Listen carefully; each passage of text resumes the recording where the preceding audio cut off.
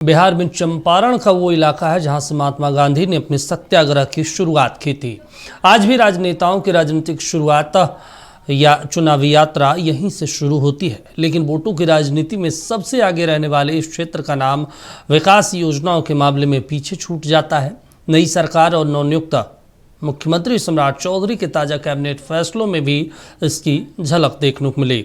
अब इस इलाके की जनता सवाल उठा रही है कि विकास के मामले में चंपारण की अनदेखी क्यों हो रही है।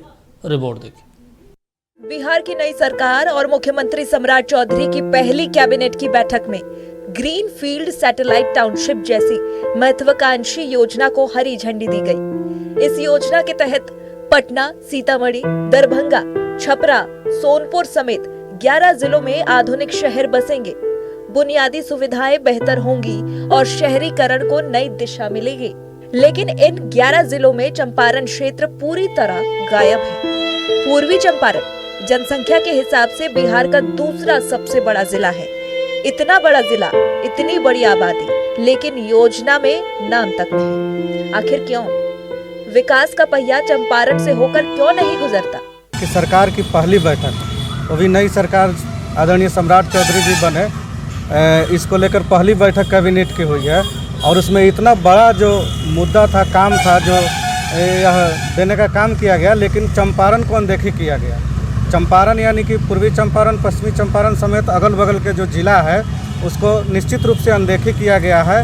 निश्चित रूप से मान लीजिए, आप देखिए बगल के जो आपका छपरा है, भागलपुर है, माने अनेक शहरों में यह लागू हुआ है, लेकिन पूर्वी चंपारण सहित पश्चिमी चंपारण को अनदेखी किया गया है। सब कतई से ठीक नहीं है। ये चंपारण को पता नहीं क्यों हर समय उपेक्षित रखा जाता है, जबकि कोई भी राजनेता जब अपनी राजनीति शुरू करते हैं तो उन्हें चंपारण याद आता है, और जब किसी तरह का लाभ चंपारण को मिलना चाहिए उस समय लोग चंपारण को भूल जाते हैं। हर बात के लिए जब हम आंदोलन करते हैं तभी जाकर करके हमें कुछ मिल पाता है, नहीं तो यहाँ के राजनेताओं को मैं देखता हूँ कि ऐसी कोई भूमिका उनकी नहीं रहती है कि स्वतः स्फूर्त जो है तो इस चंपारण को सेलेक्ट किया जाए विकास को। ये वही चंपारण है जिसे बीजेपी का कोर वोट बैंक माना जाता है। पिछले 20 सालों से लोकसभा से लेकर विधानसभा तक यहाँ एनडीए का परचम लहराता रहा है। तीनों लोकसभा सीटें एनडीए के पास है। विधानसभा चुनावों में 12 में से लगभग 10 सीटें हर बार बीजेपी और सहयोगी दलों के खाते में जाती रही है। फिर भी इनाम क्या मिला? विकास योजनाओं से अक्सर बाहर रहा ये इलाका।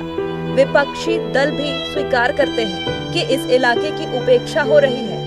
उन्होंने सियासी मंचों पर इसे जोर शोर से उठाने की बात भी कही। चंपारण को भी शामिल करना चाहिए। मुख्यमंत्री जी को बड़ा दिल दिखाना चाहिए। चंपारण का ऐतिहासिक महत्व है। इस देश के आज़ादी में बापू की कर्मभूमि रही है। चंपारण को उनको ऐड करना चाहिए। मौका मिलेगा तो हम भी बात करके कहेंगे। पटना के बाद नहीं, पटना से भी बड़ा जिला है। विश्व में चंपारण का एक अपना इतिहास है। ये बुद्ध की धरती कही जाती है और ज्ञान प्राप्त हुआ महात्मा बुद्ध जी को इस इलाके से। यहाँ के लोगों के साथ ये बहुत बड़ा भेदभाव है। इस इलाके को पूर्ण रूप से एकदम छांट दिया गया है सम्राट जी के कैबिनेट के द्वारा। इसका हम निंदा करते हैं। चौंकाने वाली बात यह है कि इस फैसले के खिलाफ अब तक किसी भी जनप्रतिनिधि ने खुलकर आवाज नहीं उठाई।